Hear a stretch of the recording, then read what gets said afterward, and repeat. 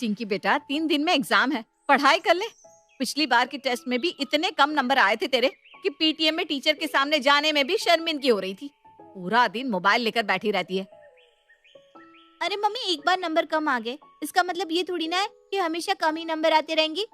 मेरी तैयारी हो गई है और देखना इस बार मैं बहुत अच्छे नंबर लेकर आने वाली हूँ।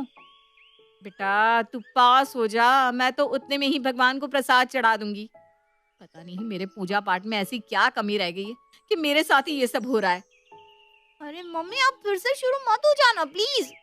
मेरे मार्क्स थोड़े से कम आ गए तो इसमें भगवान की क्या गलती है? हाँ बेटा, गलती तो सब मेरी है। ना तेरी गलती है, ना भगवान की और ना ही टीचर की। टिंकी जानती थी कि मम्मी का प्रवचन शुरू हो चुका है, जो अब आधे घंटे से पहले रुकने वाला नहीं है। इसलिए वो चुपचाप मोबाइल वहां रखकर किताब लेकर अपने कमरे में चली जाती है। शाम के 6 बज गए। दिया बाती का समय हो रहा है और मैं बच्चों के चक्कर में पड़कर सब भूल ही जाती हूँ। मंजुला जाकर शाम का दिया बाती करने लगती है। तभी उसका पति घर में घुसता है। कुछ पता चला प्रमोशन के बारे में? कुछ पता नहीं चल पा रहा है मंजुला। मैं तो परेशान हो गया हूँ। मुझे लगता है मेरे जूनियर्स का भी प्रमोशन हो जाएगा। बस मैं वहीं का वहीं रह जाऊंगा। तुम्हें पता है मेरे साथ जिन्होंने भी ज्वाइन किया था ना, सबका प्रमोशन हो गया। यहाँ तक कि अब तो जूनियर्स के भी प्रमोशन के नंबर लगने लगे हैं।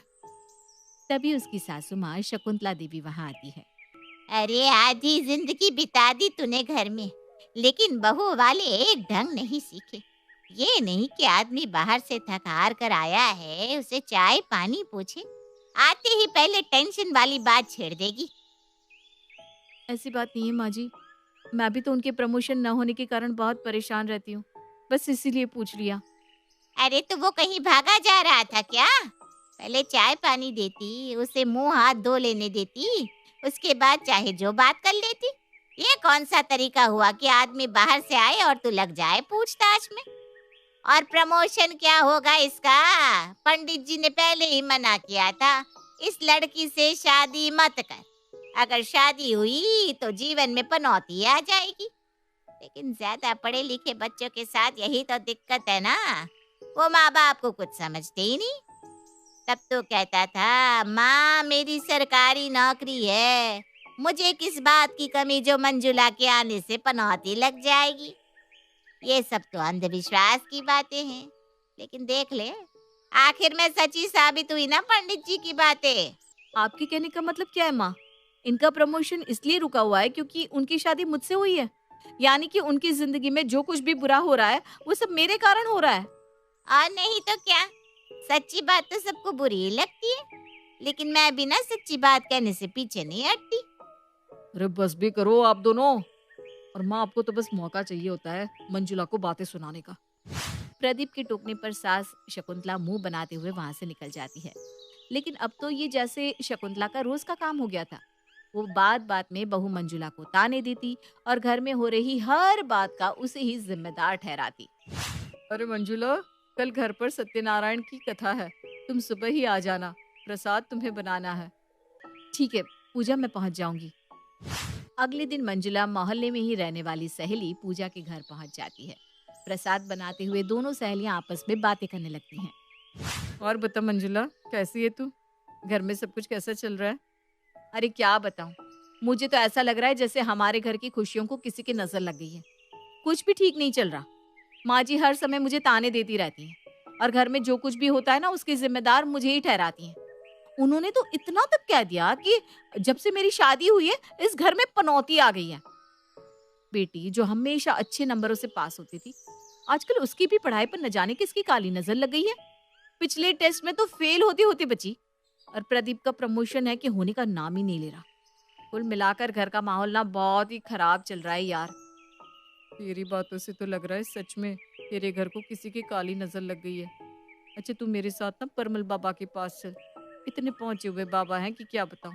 उनके पास हर समस्या का समाधान होता है। वो तेरी समस्या का कोई ना कोई समाधान जरूर बता देंगे। पूजा की बात सुनकर मंजुला उसके साथ बाबा के यहाँ पहुंच जाती है। क्या समस्या है बच्चा? तेरे चेहरे का तेज देखकर पता लग रहा है कि कृपा तेरे घर तक पहुंच नहीं पा रही है। जरूर तुझसे कोई गलती हो रही है। बाबा आप ही बताइए मुझसे क्या गलती हो रही है?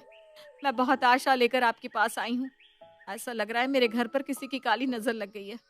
बेटी की पढ़ाई और पति के प्रमोशन की चिंता में मेरी तो रातों की नींद ही उड़ गई है। ऊपर से सास जीने नहीं देती, दिन रात ताने मारती रहती है। तू फिक्र मत कर बेटा, तेरी समस्या का समाधान जरूर होगा। तू ये बता, घर में पराठे बनते हैं? अब बनते हैं ना बाबा, लगभग रोज ही नाश्ते में पराठे ही बनाती हूँ। बस बस बस बस, यहीं से कृपा आएगी। तू ये बता, कौन कौन से पराठे बनाती है? सारे बनाती हूँ बाबा, गोभी के, मूली के, आलू के, प्याज के। तू ये बताओ, भिंडी के पराठे बनाती है? भिंडी के पराठे? नहीं बाबा, भिंडी के पराठे मैंने आज तक कभी नहीं बनाए। मैंने कहा था ना, कृपा रुकी हुई है। बस भिंडी के पराठे में ही सारी कृपा रुकी हुई है। तो भिंडी के पराठे बना और पूरे परिवार को प्रेम से खिला। तेरे घर पर इतनी कृपा बरसेगी कि तू संभाल नहीं पाएगी।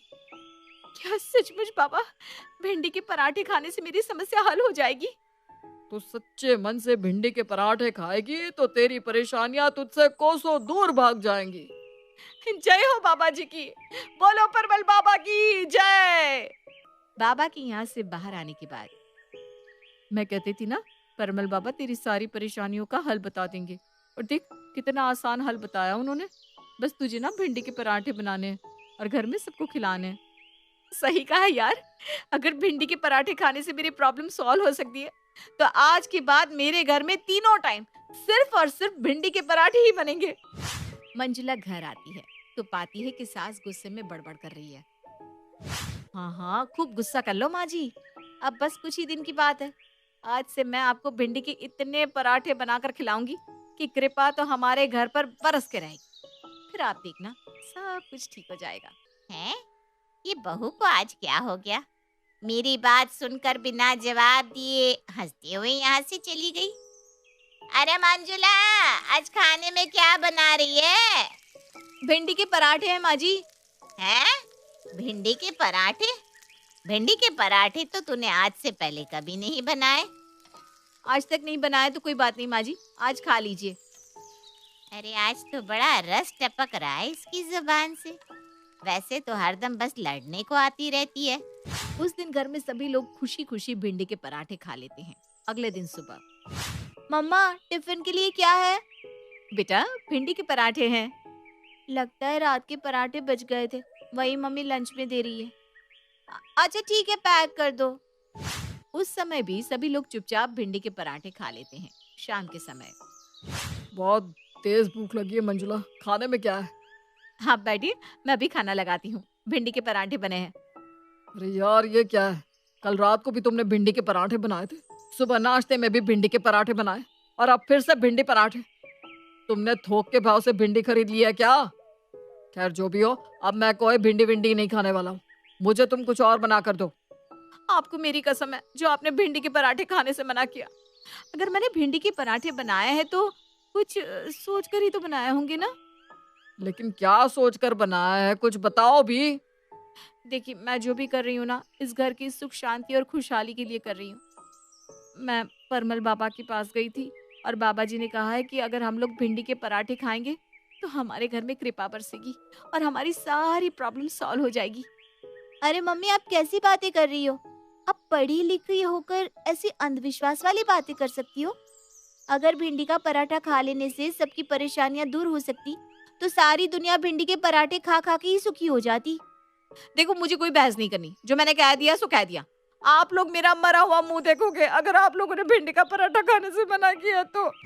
मंजुला जिद पर अड़ गई थी और किसी की भी बात सुनने के लिए तैयार नहीं थी। मंजुला की जिद देखकर मन मारकर सभी लोग भिंडी के पराठे खा लेते हैं। लेकिन मंजुला अभी रुकने के मूड में नहीं थी। अगले 3 दिनों तक वो सुबह दोपहर शाम जय बाबा जी के नारे लगाते हुए भिंडी के पराठे बनाती जाती है और जोर जबरदस्ती से सबको खिलाती जाती है। मंजुला को महसूस हो रहा था कि जब से उसने अपनी सास को भिंडी के पराठे खिलाना शुरू किया है, उनका ताने मारना और झगड़े करना बंद हो गया है। उल्टा वो तो मंजुला से बड़े प्यार से पेश आ रही थी। चौथे दिन, मम्मी, आप सोच भी नहीं सकते हो आज क्या हुआ है। अरे साफ साफ बताना बेटा क्या हुआ है। मम्मा मेरी टेस्ट की शीट मिल गई है और मेरी क्लास में 3rd रैंक आई है। देखो मैं कहती थी ना कृपा बरसेगी, बरस गई कृपा। जय बाबा जी। तभी प्रदीप भी खुशी खुशी घर आता है। मंजुला, मेरा प्रमोशन हो गया, मैं चीफ इंजीनियर बन गया। आज तो सब अपना मुंह मीठा करो। जय हो परमल बाबा, आपकी भिंडी ने तो कमाल ही कर दिया। देखिए मैं ना कहती थी कि भिंडी के पराठे से कृपा बरसेगी। अब तो मैं अगले 1 साल तक आप लोगों को भिंडी के पराठे ही खिलाऊंगी। अरे मम्मी रुक जाओ आप। आपके बाबा जी के पराठे से नहीं, मेरी मेहनत से अच्छे नंबर लाई हूँ मैं। और मेरे मार्क्स कम इसलिए आ रहे थे क्योंकि आप और दादी दिन भर घर में लड़ाई झगड़ा करके माहौल इतना खराब कर देती थी कि मैं पढ़ ही नहीं पाती थी। अब आप दोनों अच्छे से रह रहे हो तो मैंने आराम से पढ़ाई की और मैं 3rd आ गई। हाँ बहू, तूने भिंडी के पराठे खिला खिला कर उबा दिया था, इसलिए मैं तेरी सहेली पूजा से मिलने गई और उससे तेरी परेशानी पूछी। उसने बताया कि तू मेरे ताने मारने और झगड़ने से परेशान है, इसलिए भिंडी के पराठे बना रही है। मैंने सोचा अगर मैं लड़ना छोड़ दूंगी तो तू भी ये पराठे बनाना बंद कर देगी और कुछ ढंग का खाना बनाकर खिलाएगी। बेटा अब अगर तूने एक और दिन मुझे भिंडी दिखाई ना तो मुझे उल्टी ही हो जाएगी। और मेरा प्रमोशन तो 1 महीने पहले ही हो गया था। मेरा बॉस छुट्टी पर था, इसलिए लेटर उसके मेल बॉक्स में फंसा हुआ था।